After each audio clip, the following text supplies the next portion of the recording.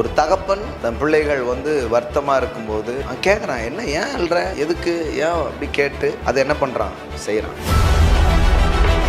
ஒரு நல்ல கணவர் தன் மனைவி துக்கமா இருக்கும் பொழுதோ ஏன் இப்படி இருக்கிறீங்கன்னு கேட்டு ஒருத்தர் என்ன பண்றாங்க, ஆறுதல் படுத்துறாங்க, சந்தோஷப்படுத்துறாங்க.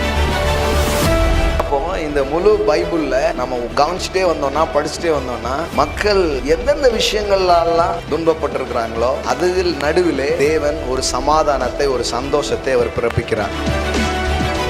தனிமையில எங்கேயோ ஏதோ ஒரு விஷயங்கள், ஏதோ ஒரு துயரங்கள் நம்ம வாழ்க்கையில ஒரு ஓரமா ஒட்டிட்டு இருந்தா கூட கர்த்தர் அதை டீல் பண்ண விரும்புகிறார்.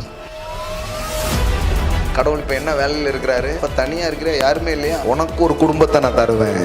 தேவனும் பாருங்க ஒரு உறவின் தேவனா இருக்கிறார். அப்போ எனக்கு விதவையா இருக்கிறேன், கணவனட்டு இருக்கிறேன், கடவுள் சொல்றாரு, நானே உன் பாதுகாப்பா இருப்பேன், உனக்கான நியாயத்தை நானே செய்கிறவராக இருக்கிறேன். யாருமே இல்லைங்க, ஒரு லோன்லியா வாழ்க்கை இருக்குதுங்க. கடவுள் சொல்றாரு, உன்னை ஹோம்லியா மாத்த போறேன், லோன்லி டு ஹோம்லி.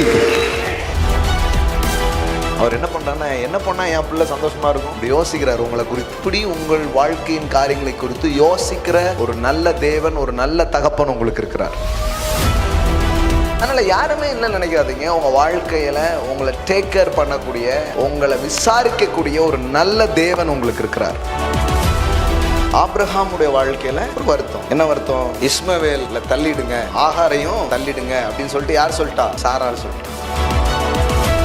சாராள் சொன்ன ஒரு ஸ்டேட்மெண்ட் ஆபிரகாமுக்கு எப்படி இருக்குது, துக்கமா இருக்கு. தேவன் சொல்றாரு, சரி அவ சொல்ற மாதிரியே பண்ணிரு, ஆனாலும் கவலைப்படாத, நம்ம கையில தான் எல்லாம் இருக்கு, அவனையும் சூப்பர் ஆக்கிடுறேன் அப்படின்ட்டார்.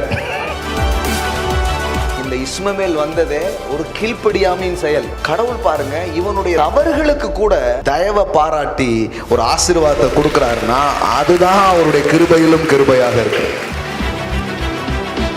சில துன்பங்கள் நம்முடைய தவறுகளாலே வருது. நம்ம மிஸ்டேக்கா முடிவு பண்றோம், மிஸ்டேக்கா சில பிளான் பண்ணிடுறோம், மிஸ்டேக்கா ஏதாவது செஞ்சிடறோம்.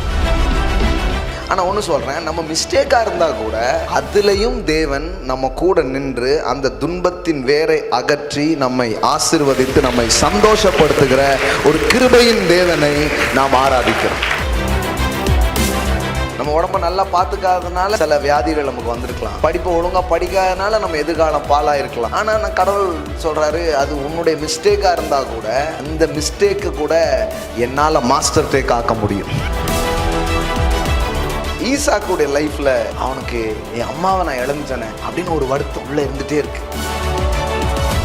தான் இழந்த தன் தாயினுடைய துக்கங்களை ஆற்றக்கூடிய ஒரு அற்புதமான வாழ்க்கை துணைய தேவன் நம்முடைய வாழ்க்கையில் என்ன பண்றாரு, அனுப்பி வைக்கிறார். இன்னும் சொல்ல போனா அவன் அம்மா இடத்துல என்ன கிடைச்சிச்சோ அதை கிடைக்கும்படி ஒரு மதர்ஹுட் ஃபீலிங்ஸ் யார்கிட்ட கிடைக்குது, ரெபேக்காள் மூலமாக ஈசாக்கு கிடைக்கிறது. உங்க வாழ்க்கையில வந்த துக்கத்தை மட்டும் அவர் சரிப்படுத்துறவர் இல்ல, உங்க பிள்ளைங்க வாழ்க்கையில வர்ற துன்பங்களுக்கும் அவரிடத்துல பதில்கள் இருக்கிறது. அவர் தலைமுறைகளின் தேவனாக இருக்கிறார். நான் சொல்றேன், ஒரு உறவை இழந்து நீங்க துன்பத்தில் இருப்பீங்கன்னா அந்த உறவை நாள் வந்த துன்பத்தை சரி கட்டுகிற அளவிற்கு, அதை ஈடுகட்டுகிற அளவுக்கு இன்னொரு நல்ல உறவை தேவன் உங்க வாழ்க்கைக்குள்ள அனுப்புவார். உங்கள் துக்கம் நீங்கி நீங்கள் ஆறுதல் அடைவீர்கள்.